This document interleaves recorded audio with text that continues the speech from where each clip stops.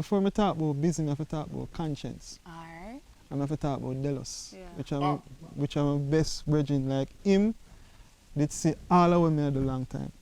Him used to look upon me and say, yo. He was the person on the outside, basically. Yes. Him always I said, Dameon, you can do it, you know, you have everything, you know. You can set up the camera, you can interview yourself, you can shoot the video, you can mix the song, you can build the rhythm, you can write the song. Yeah. Because, you know, he's actually the godfather for my son too, and I'm the godfather for his child. So, when him come in the mix, I meet Konshens before I meet him still. And I meet Konshens through us. I'm a produce a song and do that video with Konshens we call Bossa Blanc for the DJ. Even though you're gone, your memories will value all the tune them I replay. That it go on good in the dancehall community here and internationally. Shoot the video and do all of that. So that led add another piece of confidence to the whole thing. Konshens just come up at the same time.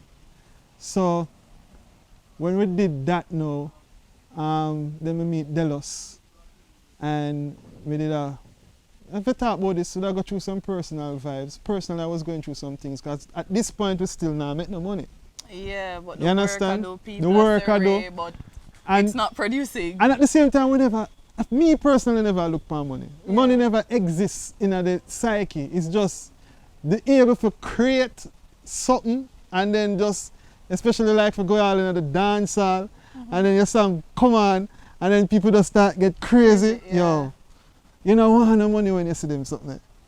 I swear to God, that was just enough to know so how much impact you can already have. Where like just something you create out of your consciousness and bring it to life and then people actually enjoy it. It was a real nice vibe. Yardstyle live.